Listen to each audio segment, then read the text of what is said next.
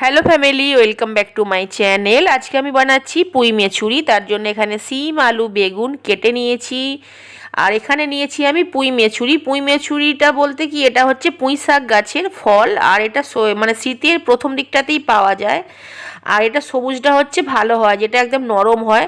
আর যেগুলো একটু পেকে যায় সেগুলো ভালো লাগে না। তোমরা বাজারে গেলে না বুঝতে পারবে, পাকাগুলো একটু কালো কালো হয়, ওই মানে ডাঁটার সাথেই লেগে থাকে, কিছুটা সবুজ থাকে কিছুটা পাকা থাকে, তো মানে কালো কালো থাকে। কালোগুলো কিন্তু কিনো না, ঠিক আছে, কারণ ওগুলো খেতে খুব একটা ভালো লাগে না।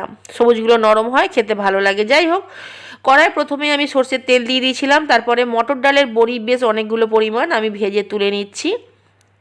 আজকে আমি বড়ি দিয়ে আর কি বানাবো পুঁই মেচুরি। পুঁই মেচুরি শুটকি মাছ দিয়ে ভালো লাগে, নানাভাবে বানিয়ে খাওয়া যায়, কিন্তু আমি আজকে বানাচ্ছি একদম নিরামিষভাবে। যদিও পুঁই মেচুরিটা বাঙালি বাড়িতে মানে ঘটি বাড়িতে কিন্তু এটাকে আঁশ বলে মনে করে, মানে পুঁই শাকটা আর কি। তো পুঁই শাক যেহেতু আঁশ, সেই হিসাবে কিন্তু পুঁই শাক গাছের ফলটাকেও আঁশই বলা চলে। যাই হোক, পেঁয়াজ টিয়াজ আমি এতে ব্যবহার করিনি কিন্তু।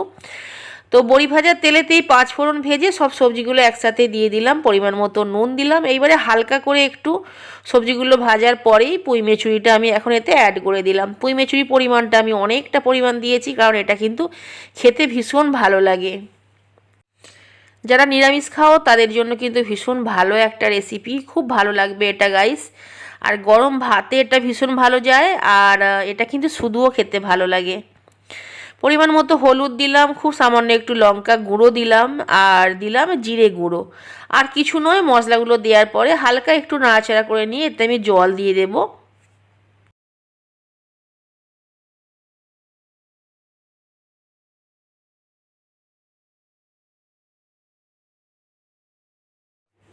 এখানে আমি অনেকটা পরিমাণ জল দিলাম, আর এইবারে আমি বড়িগুলো এতে দিয়ে দেব। আর যেই রান্নায় বড়ি দেওয়া হয় না, সেই রান্নাতে মানে জলের পরিমাণটা একটু বেশি দিতে হয়, কারণ বড়ি না অনেকটা জল টেনে নেয়। এইবারে আমি এতে একটু সুগার ফ্রি দিয়ে দেবো। তোমরা কিন্তু এতে চিনি দিও, ঠিক আছে। আমাদের বাড়িতে অ্যাকচুয়ালি চিনি আসা একদম বন্ধ হয়ে গেছে, তো সেই ক্ষেত্রে আমি একটু সুগার ফ্রি দিলাম। আর তোমাদের দেখানো হয়নি ওই জায়গাটা।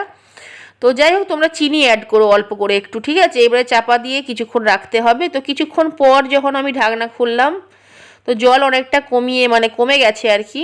তো এটা আমি আরও শুকনো শুকনো করে নেব, একদম মাখো মাখো ব্যাপার আসবে আর কি এটা।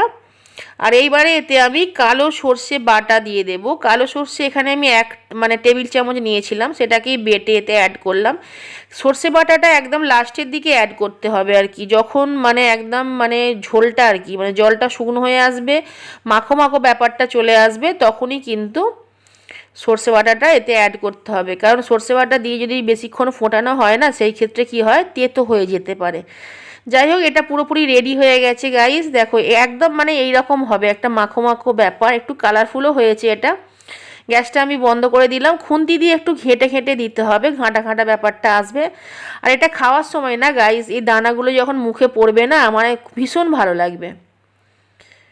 তো রেডি হয়ে গেছে আমার আজকের রেসিপি, নিরামিষ পুঁই মেচুরি। যদি ভালো লেগে থাকে আজকের রেসিপি, অবশ্যই লাইক করো, শেয়ার করো, সাবস্ক্রাইব করো। আজকের মতো সবাইকে বাই। চলে আসবো নতুন ব্লগ নিয়ে। Thanks for watching.